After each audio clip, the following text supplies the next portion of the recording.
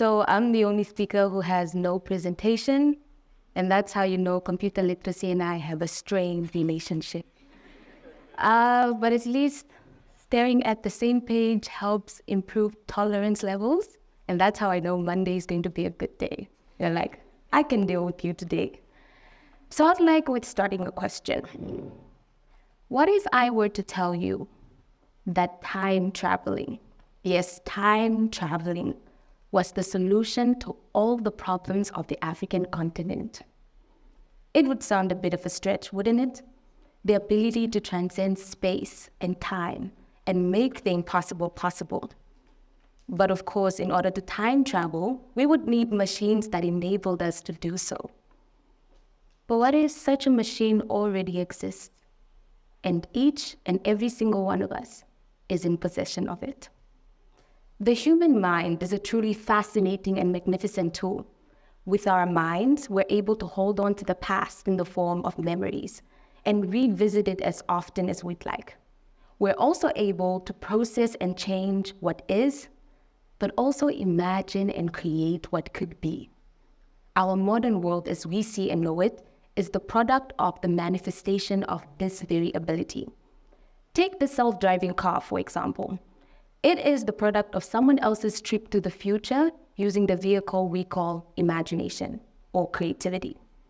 Nelson Mandela, Martin Luther King, Mahatma Gandhi, these are all examples of extraordinary individuals who exercise this ability beautifully.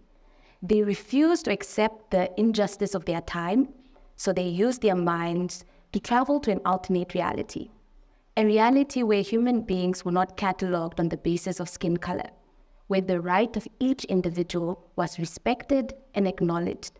And today, here we are, people of different color, seated together in the same room, and peacefully too. Henry Ford is another excellent example. He used his mind to travel to a time and space where we human beings did not rely on horses as the main mode of transportation, but instead we used machines that ran on gasoline. Although his initial invention has since been modified, that same product is what we use to get us to this event today. See, time traveling has an incredible history of bringing about good and positive change. Now, the longest conversation we have had as the African continent is the conversation about change. We have spoken about and continue to speak about the challenges that we face as a continent: the high unemployment rates, food insecurity, national debt, corruption, greed, poverty. Now, if we are to compare the amount of time we have spent having this conversation and the actual change that we have seen in the positive direction, it would look like an unbalanced scale. The problem is that when we have this conversation, so much focus and attention is placed on what we already know. We're all already aware of the problems that we're facing. And if we're being quite frank, we have an idea of why we're facing them. However, no proper attention is placed on the who element of the equation, which is who will bring about the change, who should bring about the change. The little time that we focus on this who element of the equation, it's always either the politicians or the entrepreneurs. Don't you agree? It is a popular opinion here in Africa that the politicians should fix it. It's part of their job description. They signed up for this. They're the people in power. Or let the entrepreneurs fix the economy because they are the people who, quote unquote, rule it. And although these opinions have some level of truth to them, I believe that they are the very graves in which the potential of Africa and the potential of the African people is buried. Why? Because Africa shrinks when we restrict and reduce the power to change our circumstances to the few people who hold elite positions in society. Africa cannot and will not rise by one man alone. Africa will rise when we all rise. Now, as many children my age or younger can probably relate, I grew up glued to the TV screen. It's how I learned to speak English, among other things. And my sisters and I would watch Marvel movies all the time. That's how I fell in love with superheroes. My definition of a superhero at that time was a supernatural being who had mystical powers, who went around using these mystical powers to bring about good and positive change. I held strongly onto that opinion. However, like other normal children, I grew older, and I was disappointed to learn that these individuals that I had adored in my childhood were nothing more than fictional characters. They did not exist. On the flip side of that coin, though, I was glad and pleased to learn that although supernatural beings are non-existent, superheroes are. And superheroes are ordinary people, like you and me, with extraordinary talent, gifts, abilities, people who use their intellect, their resources to help make a positive contribution in the earth. Now, 4 years ago, I set out on a mission to become a true superhero. So I downloaded books from Z Library, read books on superheroes, how to become a change maker and a leader in your youth. And of course, it's still a work in progress because I'm standing on a mat talking about how other people are superheroes, but it's a work in progress. Now, I was disappointed to discover that from this large sea of globally recognized modern-day heroes, only a handful of them were African. What disappointed me even more is that from the few of them that were African, only a few of them were changing the world from within Africa. The rest of them were elsewhere doing it. Now, this made me wonder, could it be that from all the things that reign in abundance here in Africa, modern-day heroes is not one? I don't believe this one bit. Because if, like I mentioned earlier, modern-day heroes are simply ordinary people who use their talents, their gifts, their passions, their resources to contribute to a positive environment, then Africa is not deficient of such individuals. Quite the contrary, actually. I know of a girl from school, who started an organization named Feminine Drive, which aims at increasing the quality of education that the children from her village receive. So she deploys all her energy and effort and the resources that she can manage together into making someone else's success story see the daylight of reality.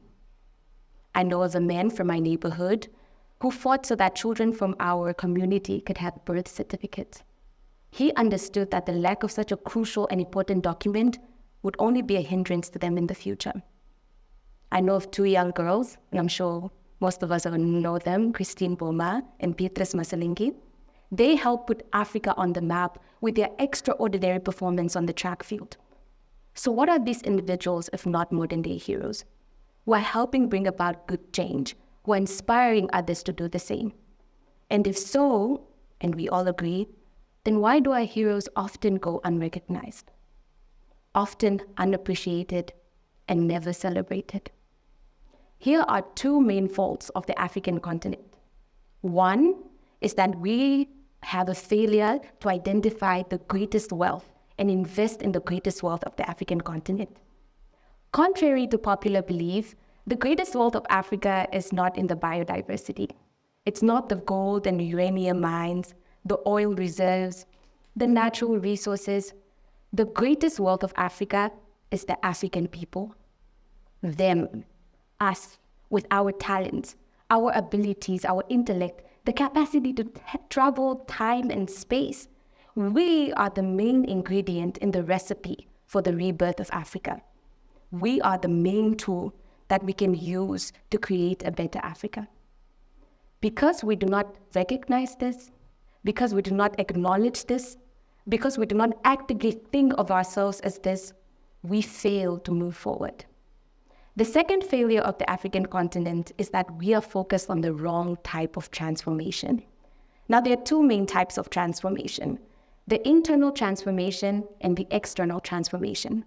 The internal transformation is the conversion of the inner self, changing one's thoughts, beliefs, mindset, philosophy.